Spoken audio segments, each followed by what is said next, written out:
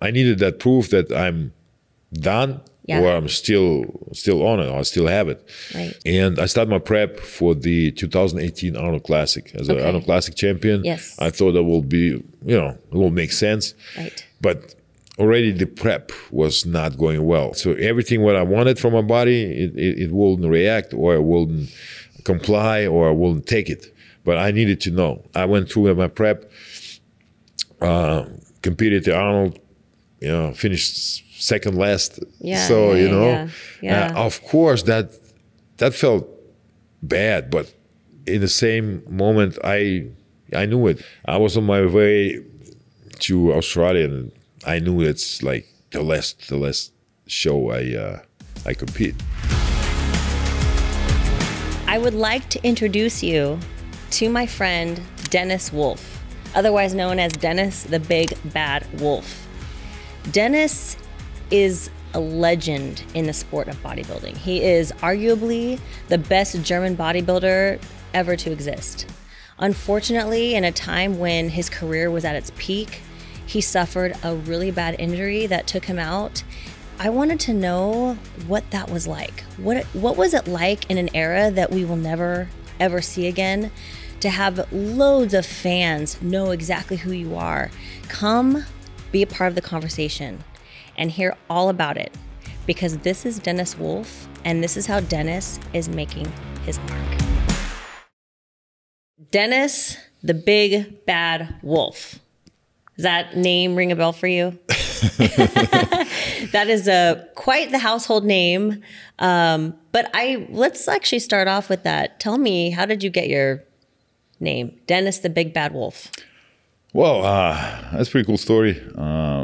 As many people know, only in America, the nickname's a big deal, right? So, and it was my second Olympia, 2007, and I think Sean Ray and Bob Ciccarello announced me as Dennis the Big Bad Wolf. Yeah. So since that moment, I was the Big Bad Wolf. Okay. So it was pretty cool, Big Bad Wolf, right? So I was thinking, okay, I'm not that bad, right? So I did nothing bad to anyone. So, but the way I looked, that was fitting in, perfectly. Well, it's become a name that you're known for. People use it all the time. You're going to be known as Dennis the Big Bad Wolf forever, right? And we're going to talk about a little bit more about your history and everything that got you to this point. But let's actually start off by telling me where you are at right now. What is going on in Dennis the Big Bad Wolf's story? All right. Well, at the moment, I've been traveling and still do a lot. Russia is on the plan. Trying to do a little business over there. Also working with some athletes. I'll do a lot of online coaching, personal training, but more tourists, which I train. A lot of Germans coming into Vegas, and as you guys know, I have an outdoor gym right in my backyard. So with equipped with German equipment company, the Gym 80. So amazing place, and I love to do that. So that's what I do. Still with Gasp and Better Bodies. Okay. So doing that, of course, and Nutrition Wolf. Nutrition Wolf launched that with my partners in March, right at the Arnold Classic. Yeah. And we're moving up. That's a good sign. That's exciting. And we just got brought out 2 more products. So congratulations. Thank you. Yes, we're moving, amazing. And we were gonna be at the Olympia Expo. So that's very exciting for me. Well, then I will see you there. Absolutely. You need to stop by and say hello. Yes, of course. So you were talking about, we know you have definitely created a legacy for yourself. And before we talk about that, I want to talk a little bit about, you have obviously made a huge impact on a lot of people, but there was a young gentleman who made a huge transformation you were telling me about. And he came all the way out from somewhere very far away to come see you recently at an appearance that you made. Just tell me a little bit more about that. Yeah, this is also one of the most important moments for myself. where I see and realize how deep the impact is on the people, young people, even now, after so many years that I'm not competing anymore, there's still people I can motivate, especially the young guys. So I did 3 seminars in Russia, and a 15-year-old young man couldn't come to my first seminar in May this year. So his parents couldn't drive him. But this time, his parents drove him like, I guess 2,000 miles or so, just like, so this time we're making it. Yeah, so just he can see me and talk to me. Yeah. And of course, he was nervous at all. So he asked the most questions at the seminar. So that was amazing. So it felt great. And also he showed me his pictures, how he looked last year, so a year ago, before you start working with a trainer in the gym, eating right, and using or lifting weights a little bit, and the changes were tremendous. So and that, like I said, that's so incredible to see, and to understand how deep the impact is sometimes. Well, when you're going through your whole journey, you're so focused on, the world that you're living in. Sometimes you don't realize, like, beyond that world, like how many people that you're impacting. And the unique thing about you is you were part of an era before there was social media, before there were so many different people that were basically shiny objects for people to be distracted by. Like, a lot of people were focused on you and very select handful group of bodybuilders, And so we're going to talk about that, but let's back up, because I want to actually go back to you going from Russia to Germany and then the start of your bodybuilding career, because that all kind of that was the timeline of everything. And it's really interesting to me to know a little bit more first about the transition from Russia to Germany. So tell me about that. Still get asked a lot the question, are you Russian or are you German? Because the younger people right now, excuse me, they don't understand or didn't know my history, my story, how I became German, more or less. So I was born in the Soviet Union, and at the age of almost 14, we moved from Russia to Germany. Yeah. So because my mom is German, my dad is Russian. So I'm half Russian, half German. Okay. But, through that movement, move to Germany, we became more and more Germanized, right? So even the name was changed just to, that was a... From what to what? Wolf is not my real name. Oh, what's the real name? Volkov. It's just from Wolf, right? So if you just translate it, So you just translate it, it becomes Wolf. So that was the law to kind of help the Russian Germans to socialize with the Germans, right? So they start changing the surnames and names, right? So as example, if you were Vladimir, you became Valdemar. If you were Sergey, you became Stefan, right? So interesting. That was crazy, but I had no idea. So I had, even if I will say no or whatever, right, they will change it. So that was, the deal back in the days. How old were you when you were going through all that? Almost 14. So almost 14? Yeah. So we moved to Germany. I think it was April or May 92. Yeah. So, and my birthday is October. So yeah, 30 and a half. Was it a culture shock for you? Did you have, were there differences in the cultures between Russia and Germany? Look, so you understand, in the 90s, when Soviet Union became not as, it became many different countries, right? So, and Russia was still the biggest, but I was born in the area of Kyrgyzstan. So now after that, Kyrgyzstan was own country, right? And also Kazakhstan, Uzbekistan, right? So even from that, we moved a couple years prior to Russia, right? So the opportunity was easier to get that invitation from Germany to move there, because right at the time, the 90s were very, very bad time. Like, yes. you know, like so many changes in the country. Right. Inflation, like, you know, from that pack of money, you had like 3 suitcases, you know, so very bad. And of course, when we came to Germany, it was like, wow, what is that, you know? So in a good way? In a good way, yes, of course. Yeah. But I would say now I miss Germany back then. So it changed a lot. Since yeah, then. it's changed a lot. Yeah. Yeah. Well, when you're 14 going through this, is there anything that you can remember like struggling through? Were there struggles that you went through? Well, struggling, I would say maybe the language barrier in the beginning. So it took me at least a year to kind of start talking and understand the sense in everything. Yeah. 2 years, I will be speaking like fluently already. That's pretty good. Yeah, so really I don't good. know. I might have that potential, or how you call it. So I can learn pretty fast if I have to. Right. So another thing was, so I didn't even finish my 7th grade in Russia. So I came into 7th grade here in Germany, not here, in Germany. Yeah.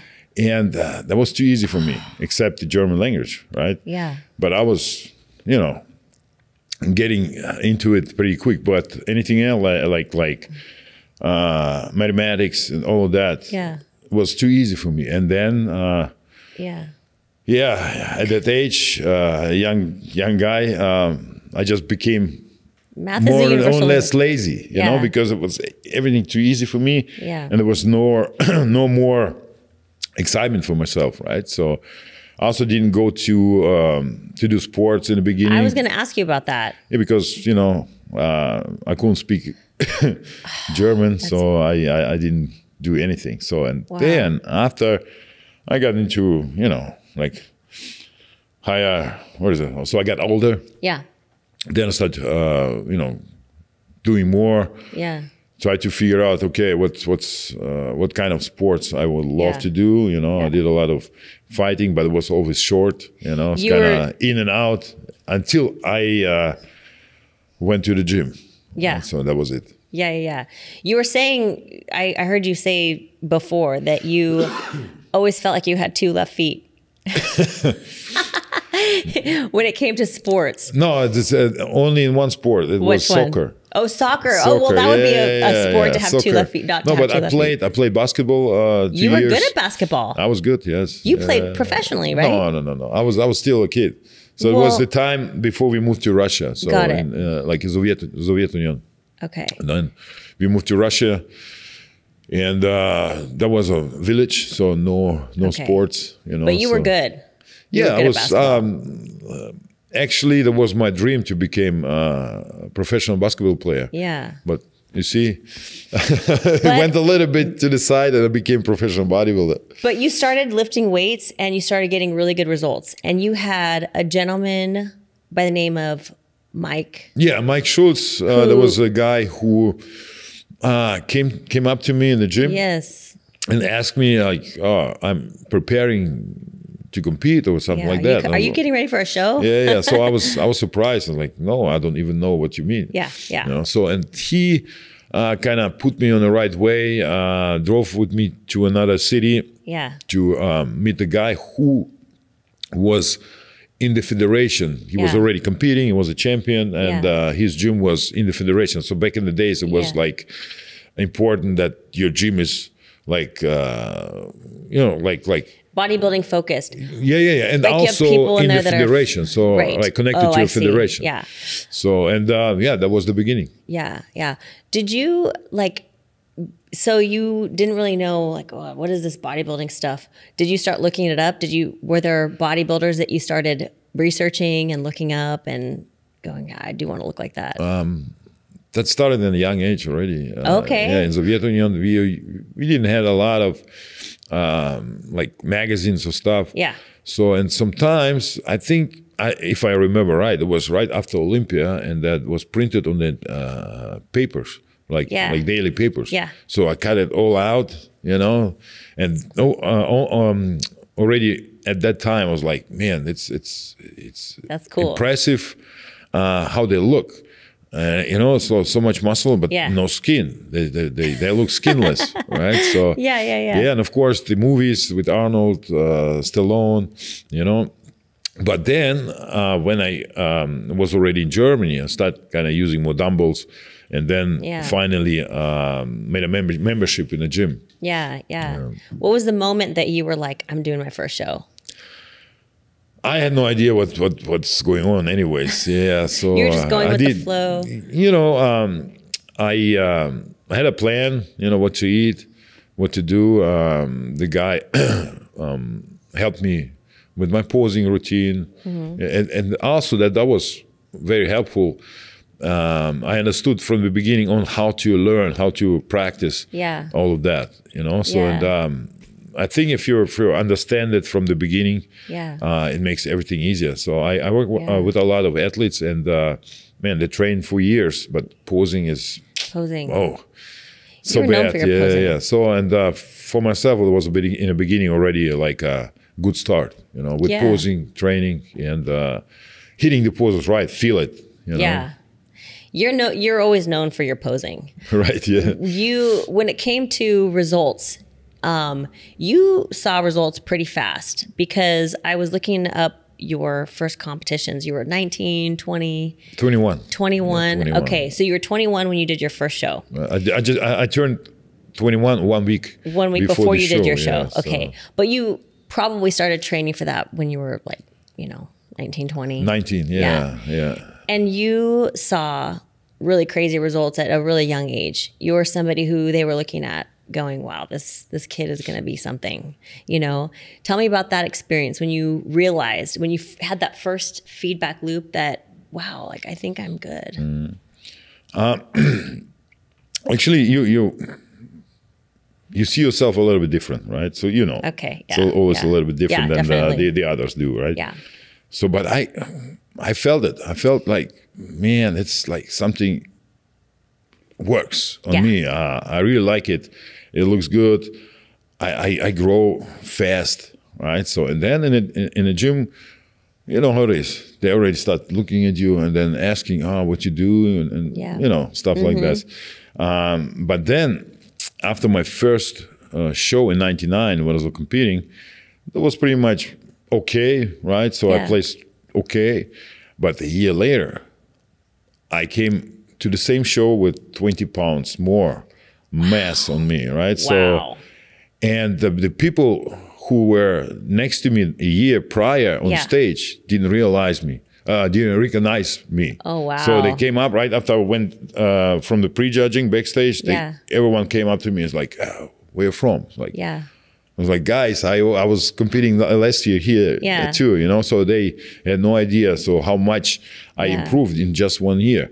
So, and at that moment, if you start feeling that people like look at you and kind of, it feels fantastic. And then you understand, all right, you're just not a normal, even like a bodybuilder. Yeah. A lot of bodybuilders were around me. Yes. But it's not that spectacular look they needed to move up a little bit. So, and I think I had it right from the beginning, and I understood that. And since that moment, I took the overall. It was in 2000. Yeah. I was like, just for myself in my head, I wanna do this professionally. Yeah. You were like, this is my identity. Yeah. This is something I'm going to pursue for a long time. But also, as soon as I started thinking that way, it got harder, right? Yes. So I felt like, man, they just not gonna give me that pro card. So that was the feeling. I was young, stupid, right? But after I won the German championships, they will give me the pro card, right? So they will send me to the world championships. Yeah, you had to go to the world championships. Yeah. So, but I'm glad they did. And you ended up winning the world championships in 2005. Overall, yes. Overall. Right? So that's what I'm saying. I'm glad they did. But in 2004, you got second to somebody who probably should have beat you. Right. Yeah. That was a little controversial. Very much, yes. Yeah. And I mean, I got pissed actually. After that, and then jumped around a little bit. Went to another.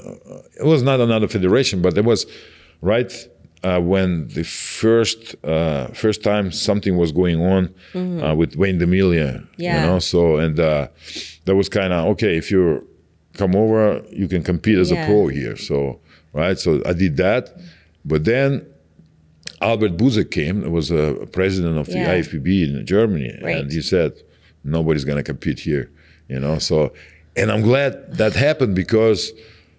That should be that way. So and then a year later, I became, you know, I won the German championship overall and world championship. So and turned pro. How it's supposed to be, right? So I'm still thinking, like even back in the days, you have to be the best of the best to move up. Yeah, right? I agree. So I agree with that. Excuse me. But that's okay. You had the little experience with, I mean, I guess you can call it failure. Is what made you appreciate that win so much, you know? Without failure, there's no appreciation first, and it feels better. It feels like you did it. You deserve it, right? And you're on a meteoric rise. Like all of a sudden, there are so many eyes on you, and I can only imagine like no one is ever going to experience that now, the way that you experienced it. That's the crazy thing to think about is the way that you experience your national win. Everyone like looking at you like, who is this guy? What's going on?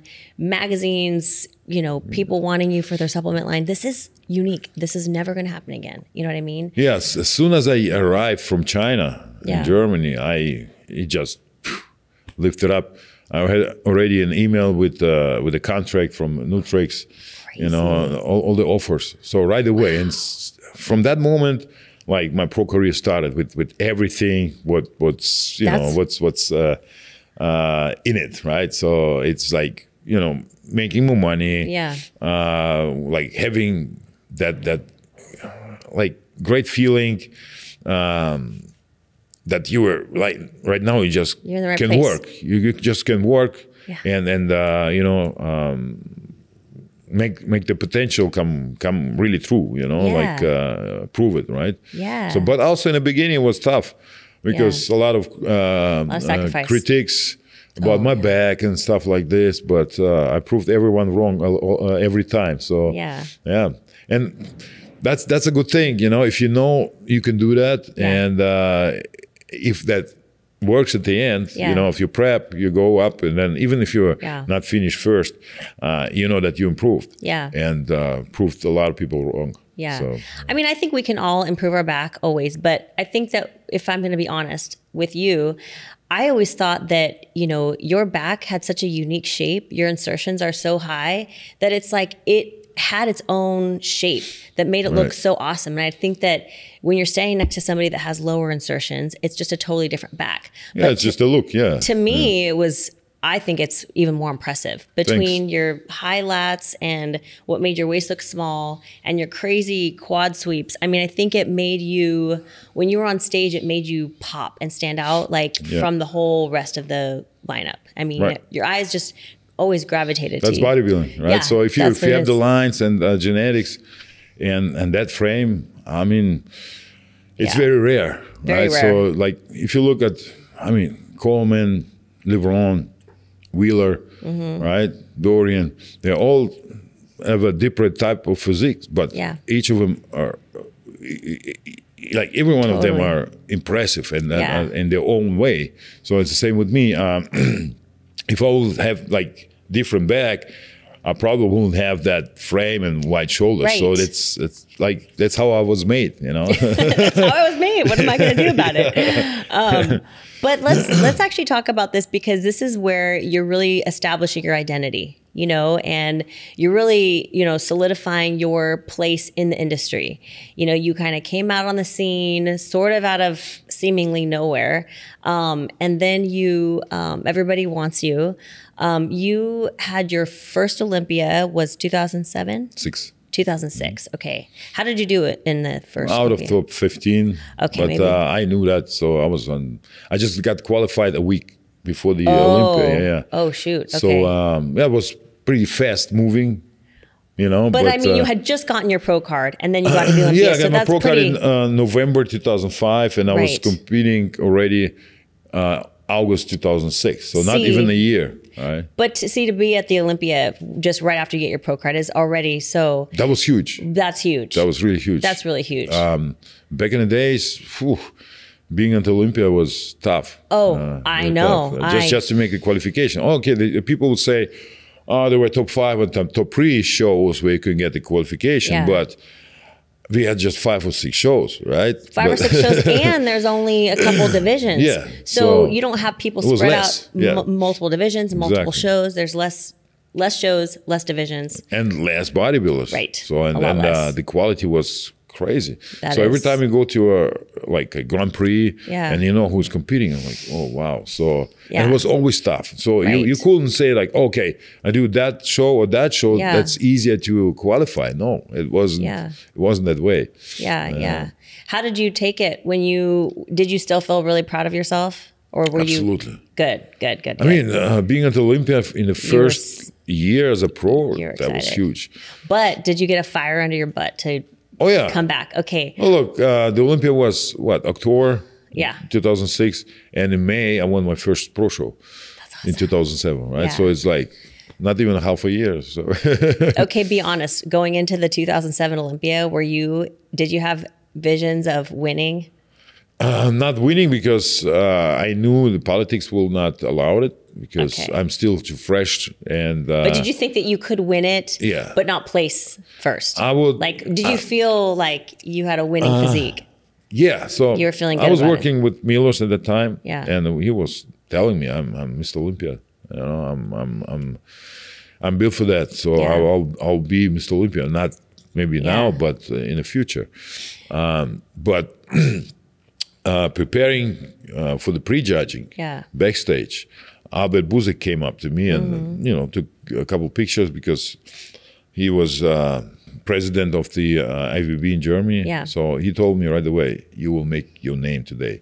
So and after that, so the crowd went crazy that year. I finished 5th. My second Olympia in 5th place. I thought you were 4th. That was like a win for me. You should have been 4th. Yeah, well. Okay. Ronnie is a legend, so yeah. He was Ronnie 4th. is a legend. Here's the thing, okay?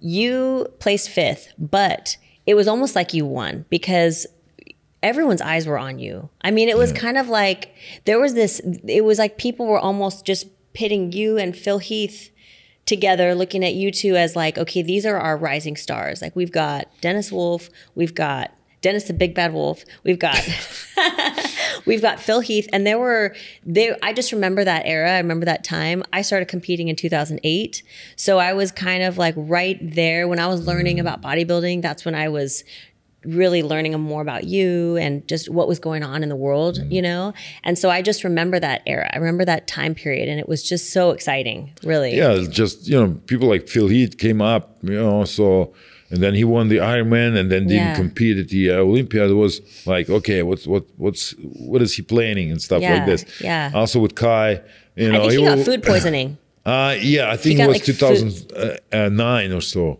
Okay, something like that. 2009 or so. Yeah. Or 8, something like that. Something so like it that. ended up like 3rd or 5th. I don't remember. Yeah. Yeah, but it was a fantastic area. So Kai Green also will win a couple of shows, then not compete at the Olympia. So everyone was like, oh, okay, what is he planning? Yeah, it was fun. Yeah, fun. Right. Was it fun for you, or were you like on the edge of your seat? Back in the days, look, I always was thinking, I don't care. I would love to stand next to Ronnie Coleman. Yeah. I will be afraid, but it's like, it's the best. Yeah. Right? So you want to be compared to the best. Then you know where you're at. Yeah. So I was thinking that way. I'm with you on that. I think that, it's interesting to hear that from you because I think sometimes people, they want to go to a show that there's not going to be anyone like top level at, right? Because their goal is just to like win the show. And it's like if you go against somebody that you know is going to place high at the Olympia and you can battle them out, that's when you know you're going to do well at the Olympia, And if you're going to be stepping on the biggest stage, you don't want to go scared, feeling like you're, So for you, you're like, put me against the top guys. I want to see how I match up. Exactly, but for us bodybuilders, I mean, you shouldn't be scared. If you're scared or like being on stage or staying next to or like the top level guys, it's not yours. I don't think so. I mean, you have to present yourself, right? So create that picture, you know, like show everything. Yeah. But yeah, I mean, it's real, right? So still, the bodybuilders, they are nervous before they go up. This is my biggest challenge. Really? I'm still trying to overcome it. Oh. I don't know. And I mean, some people will say if you're prepared, you should never be scared. But I do still deal with this. What would you say to somebody like me asking for a friend? Just don't think about it. Yeah. I mean, it's easy for you, right? So you do it at home. Yeah. You know how to present yourself. You practice, right? So you know you look good. So it should be easy. You make it sound so easy. It is. Yeah. Just don't think. Don't think about it. Okay. Because I'll work on that. the more you think about something, Yeah. it doesn't mean it makes everything easier. Sometimes it makes everything like worse and more negative, right? Yeah. So you just kind of get too deep in it. Yeah. So things like going on stage or like, look, you're doing a podcast interview. Yeah. Why should you be afraid going on stage? I think that is more difficult to talk than just present yourself. So for some people, right? Yeah. So that would be. I just make it easy for yourself. Like anything what works, where you can just relax yourself. Okay, then I have a question. Are you telling me that you have never ever been nervous? Oh, absolutely, yes. But okay. Tell me. The thing is, you have to learn to calm yourself down. How do you calm yourself down? There's so many tricks. Whatever works for you, you just need to experiment. Okay. You know, just think about Take a shot anything. of whiskey? No. I mean, if there are so many options or what is it? Levels of being nervous and what to apply. That's for one level. Yeah, what to apply against that or on it. You know, so look, what I did like before I was thinking I was like ready for, to go on stage. The night before or in the morning before, I will listen to the music of my posing routine and do the posing routine in my head. Yeah. And the first time I did everything perfectly, I take the headphones out and that's it. Nice. So that's a good idea. Yeah. So and then after that, I know I'm ready. Okay. So 2014, you win the Arnold. Okay. Everyone is looking at you to win the Olympia that year. All right. Were you operating with any kind of anxiety or any pressure? Like, how did you deal with that? Well, I would say there was nothing, but deep inside, it's always there has to be a little bit. I would say it's a stress, like a stress, slight stress, because you know people expect everything from you. You expect everything from yourself. All right, so and that mix is not always good. So, but like I said, you need to try to calm you down. And but the closer the Olympia came up, you know, the worse it got. You know? So I finished fourth, but that time was like, either we'll win or be fourth because it was Dexter, Phil Heath, and Sean Roden. I'm sorry. So they look more similar to each other, and I was completely like different type of bodybuilder. So that was clear to me, either first or last from that top four. But it's always difficult, or it gets more difficult if you know, okay, now you want something big, and then there's this next challenge, and you just accept more from yourself, right? So and then of course the people, they talk about it, but I learned towards the like end of my career just not to listen to anything. Oh my God, people I bet. Say, but so many opinions about you. It's just the opinion. So if you tell yourself it's just an opinion, but like even an idiot has an opinion, right? So everyone has an opinion. It's an idiot for you, but maybe you're an idiot for him, right? Well, it's everyone. Like I mean, there's so many opinions, and I actually want to talk about that. But first, I just want to say my take on this is I feel like people, as they're working their way up in whatever goal they are shooting for, right? If you're climbing a ladder, you feel like there's always some place to go, right? But when you climb the ladder all the way to the top and you're first place in the world, the Arnold, I consider that first place in the world, right? So you're world champion. It's like anything below that is going to feel like a loss. Absolutely. And the pressure of being, and honestly, people could say, oh, it's just you versus you. But the reality is you have fans and you have people that have opinions, and they will rip you a new one when you go from here to here. Even if you're okay with it, you have so many people with their opinions and whatever is going on. So tell me about that period. And maybe you tuned most of it out, but was there anything that you felt like was difficult you went through? You went from like, first at the Arnold, fourth at the Olympia. Did you go through any kind of moments where it was like difficult, people saying things that affected you? I think in time I learned to deal with that. Deal with it. Yeah. Either not reading it or, just like understand why they will say that, right? So, but all of that develops in the time you grow, right, in your career. In the beginning, you're doing it all for yourself, right? Then people start recognizing you, you grow, you win more titles, and then you're professional. Right. It's a part of it, right? So you have to deal with criticism and the people who will always tell you, you're the best, you look the best. I would say it's normal, but you have to know yourself. You have to understand who you are. If you're like not sure what you do and not sure what your purpose is, it's gonna be difficult. But if you know who you are, it's just I could tell that you were not entertaining it because you are one of the few people that really stayed out of the drama. There were a lot of people, especially when social media started, right? I think Instagram started in like 2013, 12. I don't know. I don't remember. I was one of the last ones who got that account. I don't even know. I didn't start an account until like 2015. But I remember that there were a lot of people that were coming out of nowhere with opinions and had direct access to you guys, right? Going from the magazine era where people don't have direct access to you to now you have people that can come into your inbox and talk to you directly, right? And there were bodybuilders who could not handle that, and they would entertain it and banter with, these fans and stuff like that. You, on the other hand, I never saw any of that from you. You stayed out of it, like almost like you didn't even see it. So I guess you didn't.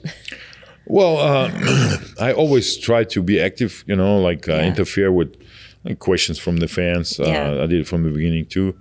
But it changed pretty quickly. So before the social media started, like Instagram and Facebook, there were forums. Like boards, like forums. So that was already like, where you can read about yourself, what people like fans think, how much support you get. That was exciting and interesting, right? So of course the people, they, negative all the time. You have haters, that's normal. Yeah.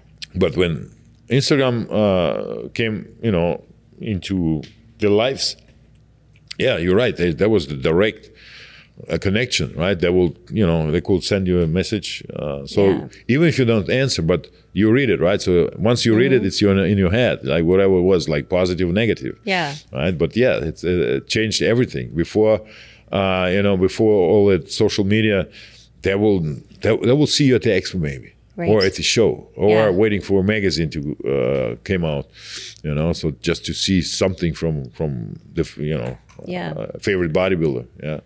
You turn into a human, more human, but in a weird way, you're more human because you're accessible, but people still don't see you as human because they say things to you that they would never say to your face.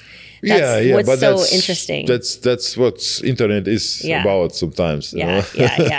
Well, that's, I can definitely respect that and appreciate that. So now let's talk about your extreme lifestyle, because we were talking about fear, right? We're talking about fear of going on stage and how you are the most fearful in the moments leading up And then it's like, as soon as you hit that stage, the fear goes away because you're in control of the moment. So you must be addicted to that, because now you are doing nothing but extreme. I mean, I see you going bungee jumping. I see you doing like speed car racing. I mean, skydiving, you name it. You're just like, you're just on this extreme journey. So is that something that you're addicted to? Tell me about that. Oh, well, maybe why I'm doing this is I couldn't do that when I was in my young age. Oh, you're making up for lost time. I was all pushing forward. Career was the most important thing. Yeah. You know, everything around me was just for me and my career, just, you know, like family and everything was, you know, huge support. And even if I wanted that at that time, I couldn't do it because the risk was too high. Yeah. Right. So, I mean, you're a professional athlete. If you can't take the risk. Injure yourself, it's over, right? So, and the sponsor won't like it, so they cut you off right away. But in the last couple of years, I kind of feel like something is missing. And this year in May, I did my first skydiving jump, right? So there's a parachute. In Russia? In Russia, right. And they let you do it by yourself. Right. So it was a solo jump. Which is crazy. A solo jump with 2 or 3 hours training before the jump. So, and it was beginning of May. So, right, I think one day before the seminar, I did the seminar too in Russia, April and May. So, and my friends are also veterans, you know, and like here too, you know, a lot of soldiers. So, and they asked me like, you want to jump? Like 2 weeks before I went to Russia. Yeah, why not? So, and then early morning, 8 a.m., we went up to the skydiving school, you know, and I didn't think about anything. So I think that's why I was pretty quiet and comfortable. You had no fear going into it? Nothing. Are you serious? Yeah, I was like, really, I just was so calm. I was so calm. I don't even believe myself. Even if we, you know, already started the plane. So I was sitting in the plane. I was thinking like, yeah, that's a normal flight, right? So I was. Oh, so you've trained your mind. Yeah, you know, I wasn't heavy loading my mind and what's coming up. Okay. Right. So, and then he's telling me I'm the first one who jumps out. So, then it started like, okay, I'm the first one. Why? And then he opens the door, and I look down. It's like, oh shit. Oh my God. Yeah. Oh so gosh. then, of course, then everything came up like, oh my God. So what you sign up for? You know. So, and the guy is like, you ready? I'm no. Jump now. So, and I jumped out right away. So the parachute opens after 3 or 4 seconds. So the free fall is short. Yes. So yeah, that was beautiful, beautiful. So you got the guy on the radio. He's telling you what to do. So like 90 left, 90 right. So 90 degrees left. Right. You pull a little bit, or do a 360. So you do a circle. I did 2 circles, and then already like if you're getting you know, lower, right? Yeah. So you see the guy is like waving at you, and then you land. Yeah. So but while after you're going after that, I don't fear anything. So that was, I think, the most important thing I did. You know, like the skydiving thing. After people that, say that skydiving helps with overcoming fear. Look, a week later or 2 weeks later, I had a surgery, and. So I had to get my anesthesia, right? Anesthesia. Right. So he did it in an arm, and because it was on the shoulder, so the chest area. So the doctor asked him to do it in the neck too. Okay. So prior, before my jump, I was like, oh shit, that's gonna hurt, right? So after the jump, it was like two weeks later. I was like, yeah. Here you go. You were ready to go. So he was like, this guy? Putting it in. I didn't feel anything. Just I was like, I heard the sound. Wow. Like it was going through. That's it. Wow. And then the numbness and everything, I got cold, numb. So I have a different concentration now on things I do. So even if like thing I don't like or whatever are easier for me right now. Yeah. The same with other things I did, like bungee jumping and stuff. Yeah. You've trained your mind to be like this. Yes. Yeah. It took me a while, but I now can like use a skill set in everything I you have do. it in my hands, right? Yeah. So I can really decide, okay, now a little more or less calmness or no, right? Yeah. So even the bungee jump, I did 2, right? So the first jump, same thing, not thinking about anything, just jump, and that's what I did. Second one, I was already like heavier minded, thinking about because I knew what to expect. Right. I knew what's gonna happen, right? So, but it's like excitement and a little bit of kind of I was a little bit nervous, right? Because it's I was gonna it's a little say, bit higher. You I go mean, up. you're not going to fool me on that. No. I mean, you've got to be a little bit. I wasn't afraid, but it was more serious than the first one. Yeah, because it's higher. You go on top, so everything around you is like clear, right? So you see the area and the wind. You feel the wind, you know. So it's not like on the bridge. So there are walls and people, you know. And up there, you're standing alone with the guy who is, you know, if you want or not, push you down. This is a total metaphor to competing, though, because if you think about it, the first one, when you don't know what to expect, is like the least nerve-wracking. Yeah. The second one, when you know what to expect, is the most nerve-wracking. Okay, so let's actually backtrack a little bit, because 2014 was a big year for you. You ended up getting hurt. You had a spinal, like your C3, C4. You had a spinal bulging disc, and you had to take care of that. Absolutely. Okay. And so tell me about that. And then also when you went back to the stage in 2018 and your experience with that. Yeah. So cervical spine injury. Yes. Heavy injury, major. Took the doctor like 7 hours to, you know, to do the surgery. So from C3 to C7, everything was, injured, I would say. Like a lot was going on. I don't even know because after the MRI, like the suggestion was like that. So that and that is not okay. And like as fast as possible, contact the professional, you know, to make another steps. Yeah. So right after the surgery, I started feeling better. Yeah. But needed also to do something to understand also for myself. I'm still gonna compete as a bodybuilder, live like a pro bodybuilder, or it's the end. So, but going back to what we were saying before, you're not just a pro bodybuilder. You're a pro bodybuilder coming off of a world championship title.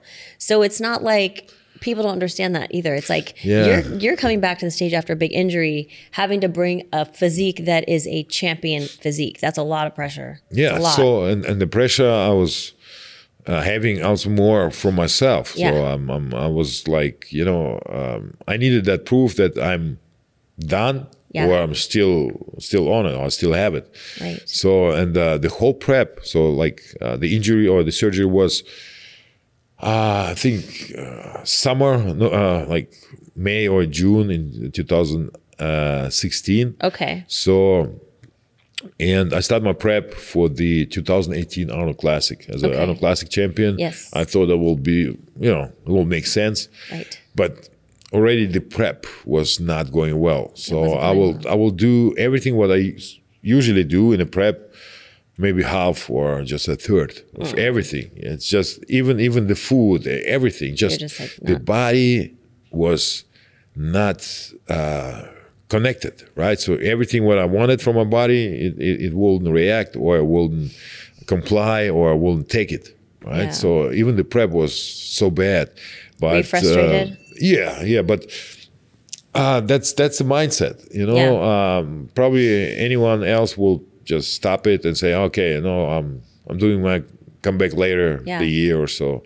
But I needed to know. I needed to know. So if I cannot prepare right now, 6 months later, nothing's gonna change. Right. So and I went through my prep, competed at Arnold, you know, finished second last.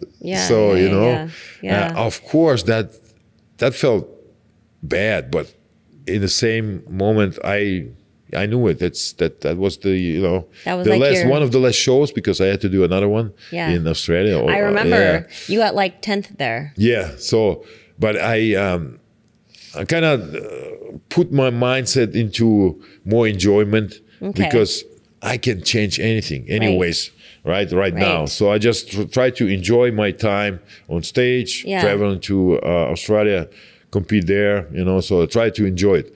But after that, that was the most heaviest and difficult time for me after that, because now what?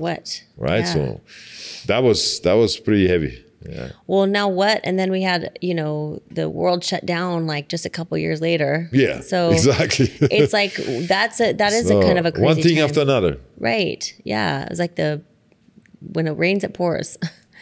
Exactly. So tell me, when you stepped off the stage at the Arnold Classic Australia, okay, and you had that conversation with yourself pretty soon after that show where you're like, you know what, I think that I'm done. That was the moment you decided that you were done. Like, run me through that series of emotions that you were going through.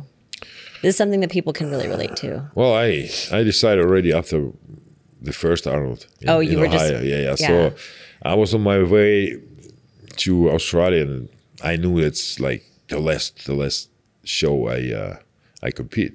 Yeah. Even if I'm not at that level anymore. Yeah. So I would say that was not that heavy. Maybe because I still didn't understood what's gonna happen, or what expects me, or what I have to expect later on. You know, because now is now, right? So competition and all that is then.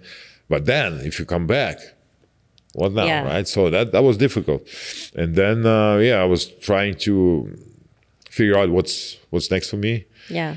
You know, I did started with online coaching right away and things like that. But I would say until today, I have found nothing close what I felt, doing bodybuilding and competing. So not even all the companies and brands where my work with the athletes, nothing come close. But you know what's so cool about that is that you experienced it at a level and at a stardom that, I mean, so few people will ever even taste, you know, at a level that really could only be experienced for a short period of time for anybody, right? I mean, because the level that you were at, the level that you took it to, the amount of fans that you have and that you had, it's kind of like, it is so unique and so rare that, I mean, it's impossible to maintain forever. So you're always going to have that in your journey. That is pretty cool. But only an athlete will understand how it feels like, and what kind of life it is. Yeah. You know. So, and also like I said, I haven't found anything what I would like compare it to what I did, right? Yeah. So because back, when I was doing that, and then like winning and losing, it was all in my hand. Somehow, right? So I had the control. Now, I mean, I still want to look good. I still train and everything. Thank you. Likewise. But it's not what I mean. Like like changing your body in just a few weeks or months. So that was crazy. Can I take you back to a really exciting moment that I want to know about? Okay. So the Generation Iron movie that came out, that was so exciting. I remember going to the theaters to watch it. It was so cool, you and Flex and Phil and Kai. And I mean, it was so cool. It was bringing back that pumping iron spirit. Right. I mean, there were several other Generation movies that came after that, but that one was just so magical, right? I want to know, because it was released in 2013. Tell me about how they approached you for that, the filming process, and everything that went into that.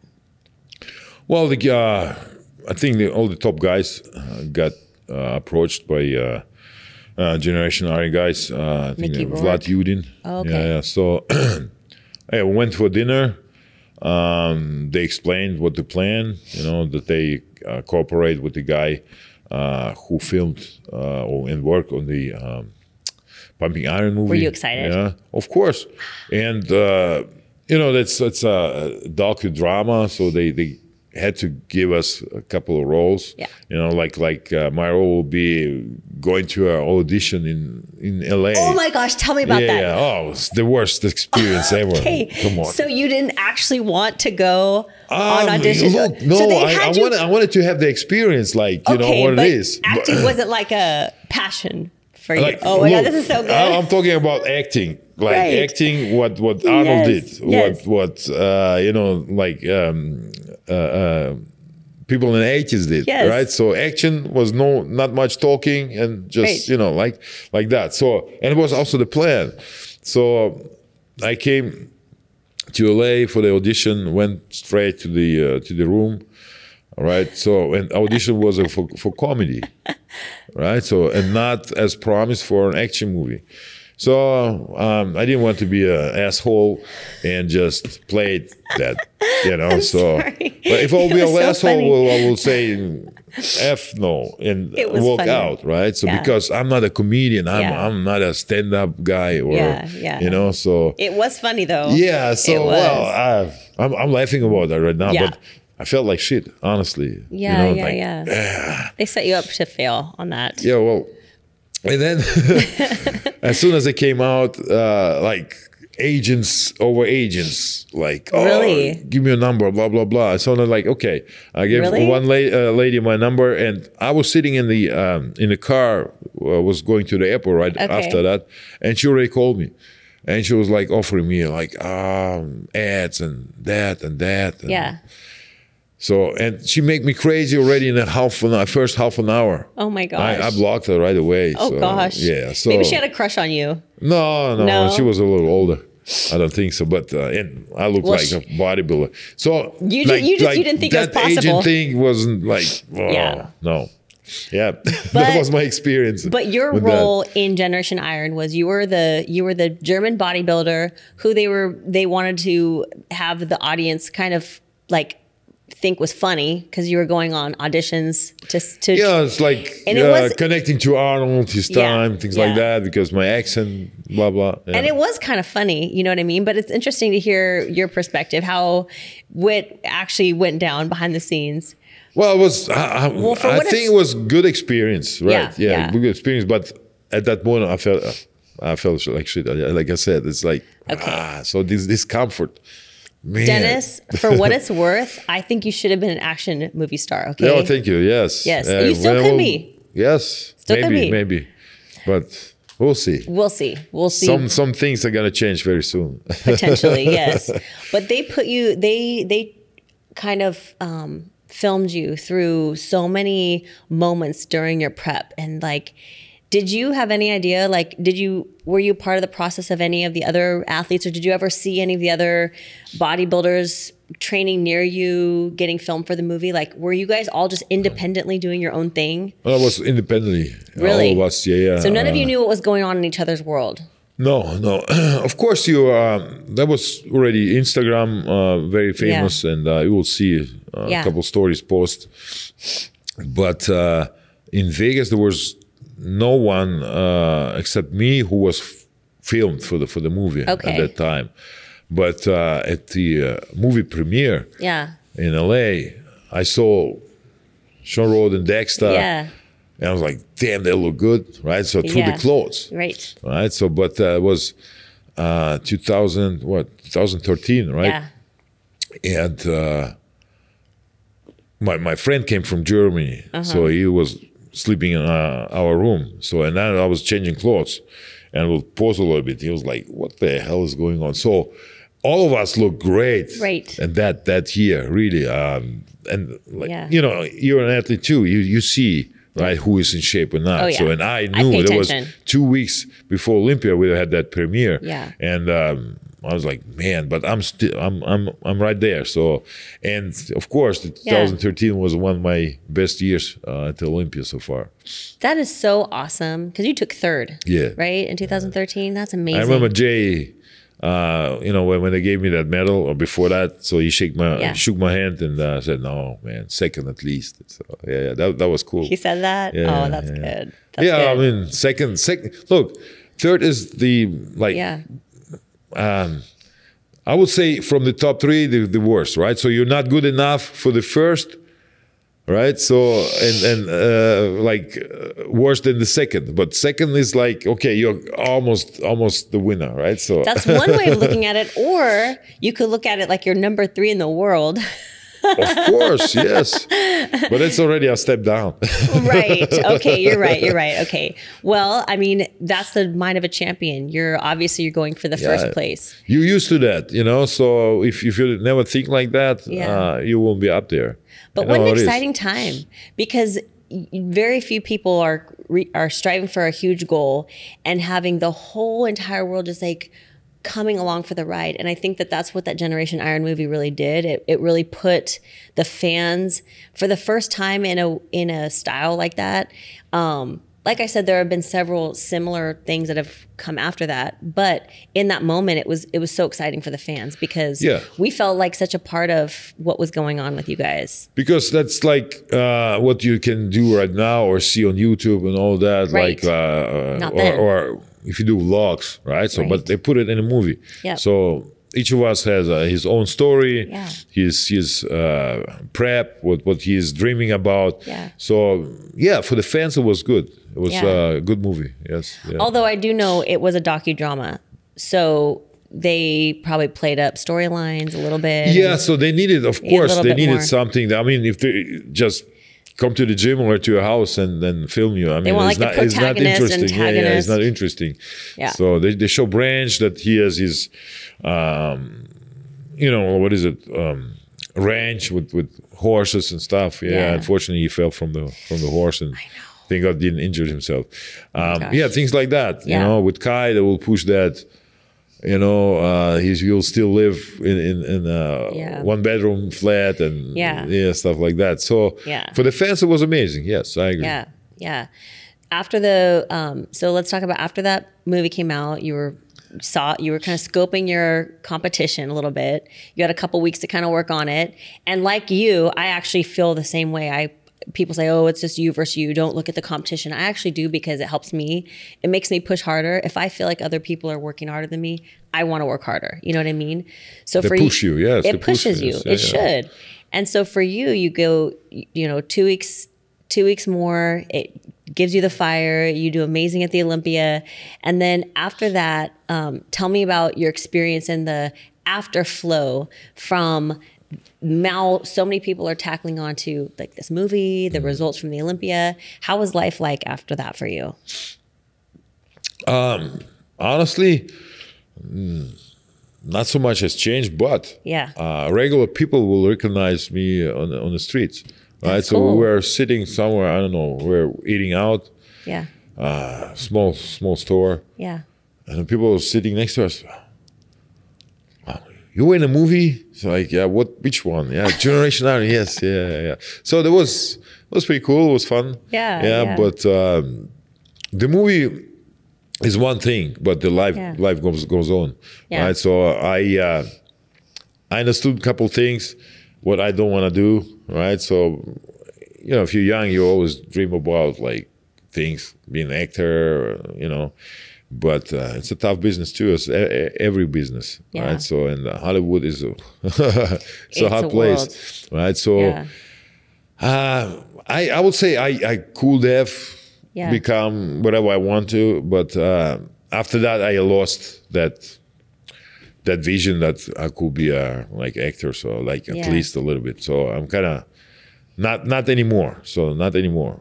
Well, you were able to tackle it in a way that most people can't, to truly determine that this is not what I want to do.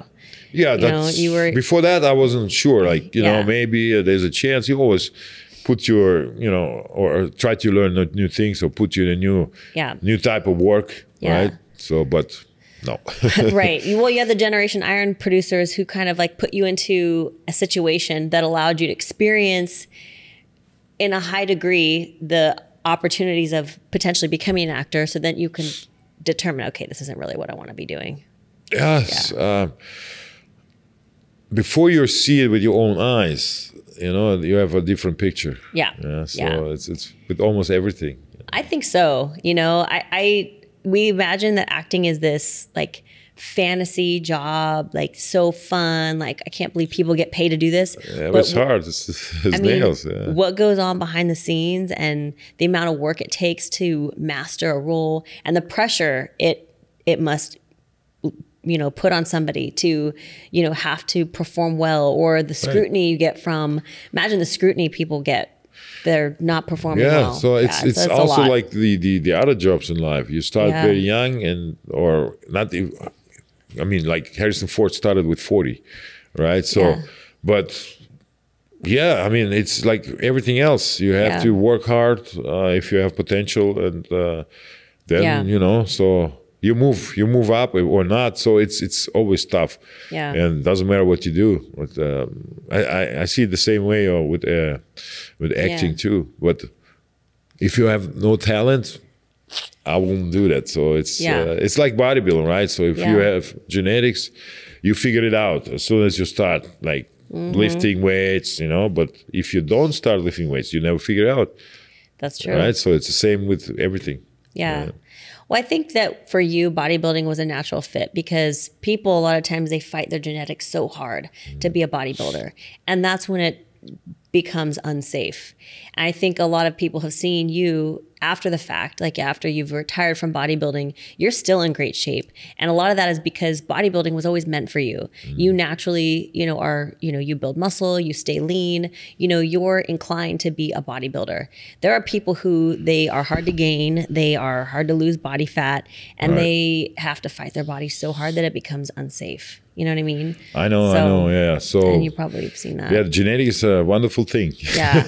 Yeah, and everybody's genetically inclined to do something, right? Yeah, exactly. We are, it's always, we are, every one of us is meant to be here for something. Right. It's just, you need to figure it out. So, but most people don't ever do it in their lives. I gain muscle really easily and I lose body fat really easily, but I'm also 5 feet tall and I'm never going to be a basketball player. Yeah, that's what I'm talking about. It's just sometimes you and like the life, it's so once you start connecting with things where you're good at. Yeah, it's already in you. It's a genetic thing, So. Yeah. So Dennis, what's in you now? When you imagine like tackling something in your next like chapter in life, like what excites you? Well, many things. I would say a lot has changed in the last year, I would say. So I'm excited for the future. A lot of things going to change very soon. But I'm not gonna say it and tell it yet. You don't have to. So I would say like after Olympia, beginning of November.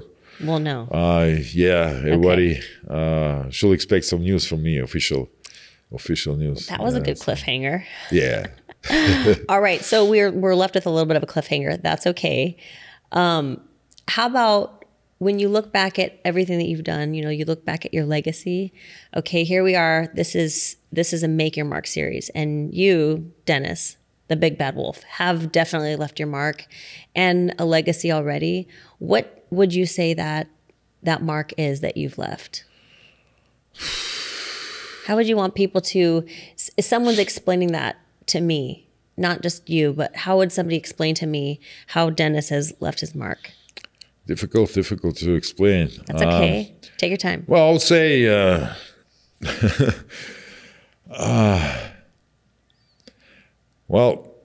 I will put me in a like, if you take bodybuilding as a, we are bodybuilders, right? So we talk about that, and my career was professional bodybuilder. I would say one of the best. Yeah, definitely, but never made it to the top. So this is what you won the Arnold. Yes, yeah, but actually, winning the Arnold was my dream. I always kind of knew it and wanted it, but Olympia, I never said I was gonna win it. Yeah. So, and that's what happened. So never tell yourself you don't do it, right? So, Oh my gosh, and that's crazy. like looking back, I would say that was also, a part of all of it. Maybe because regret? I didn't wish for it, or I didn't say, okay, it's like I'm gonna win it like the rest of the shows, right? So maybe that. Wow. But Yeah. it's you always realize a couple things later in life, maybe, because like you're watching through it, like remember a couple things, so. How about the fan that came all the way out to see you after a huge transformation? What would he say about what did he say to you about what kind of impact you had on him? Well, that's most, like a lot of fans say the same, they grew up with me, and but they're all older. This guy is 15 years old. Yeah, that impressed you. Yeah, so, and he said he still watches, he's watching my videos, my training cool. videos. I mean, they're like 10, 15 years old. Yeah. Yeah, and follows me, listening to me, like, and the impact is getting bigger and bigger. So, and he told me it's just impressive to meet, with somebody, he was looking up to. And I understand, so it's, even for myself, there was like something special, just I felt that, I really helped him. I really moved him, maybe made his life better, his health a little bit, because without that muscle mass he put on his body right now in a year, I mean, I saw the pictures, and he gave me the pictures, and then the letter, so in the meeting, at the seminar, I understand how important it is for him. So, and that's great. So I want to keep contact to him, and maybe next year meet him again and see how far he went, and then come. It's overwhelming, right? To think that I believe in people who being like a chosen one, and this is often, when I have people in here, it's people I believe are like chosen ones, people who are really put here to leave an impact and be role models and be leaders. And when you find yourself in that role, it's sort of overwhelming. You realize you have moments like that where this young gentleman came out to see you, and those moments you have this kind of crazy moment where you realize, oh my gosh, like this is what I'm here for. Yeah, so that's when you start like to realize, oh wow, yeah. If you're like, I'm talking about me, just middle in your career, you're pushing, so there's less attention you will probably, or less time you will probably invest in that, because it's just, also like the job for you, right? So you're at the expo, you're working your ass off, and then there's sometimes not always time to listen to the fans, or to all the fans, right? So, but now I'm giving more opportunity to the fans everywhere I travel. Just even at the seminars, I give them more time just to ask me anything they want. I don't have to tell them about how to eat, what is protein, what is not, how much protein per 1 kilogram or pound of your body mass. They all know it. They all can look up, right, on the internet, but asking me like personal questions, or anything like that. So that's why I really try to do, and people taking it, and man, it's like if my seminar is like around 3 hours. So my last 2 seminars went up to 4 hours. So just just I let them talk, I let them ask. That's awesome, because that's one benefit of our current kind of era right now, because before, when people didn't really have access to as much information as they have now, it was like, that's probably what most people wanted to know from you. What do I eat? How do I train? How do I do this? But now, like you said, there's so much access. I mean, there's so much access like now. You can almost normal to know what to eat, right? Yeah, and now they can have deeper conversations with you. And get more connection. Yeah, and of course, not all of them are like, or it feels easy to ask me, right? So when others listening too, so and then like I try to do a coffee breaks, and then they come up to me and ask, when nobody is listening. So that's why I'm doing the coffee breaks. And like younger people, mostly they come up and ask, okay, can you check on my condition?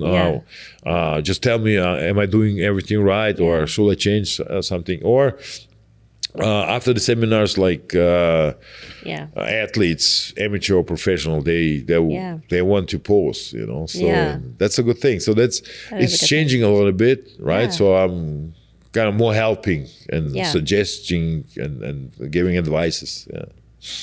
Well, I think that everybody appreciates you and your presence in this industry. I certainly do. And thank you. Honestly, I appreciate that too. Nice to hear. I mean, you've done so much in the industry, and I think you just being you, honestly. The way that you handle situations, the way that you tackle your goals, the way that you are just enjoying life right now and just doing whatever the hell you want to do. All of it together, it just makes you this like super awesome, unique person. And I just want to say thank you so much. Thank you for your words. That was an absolute pleasure being here. Yes. And great talk. And thank you for your words. And I appreciate it all.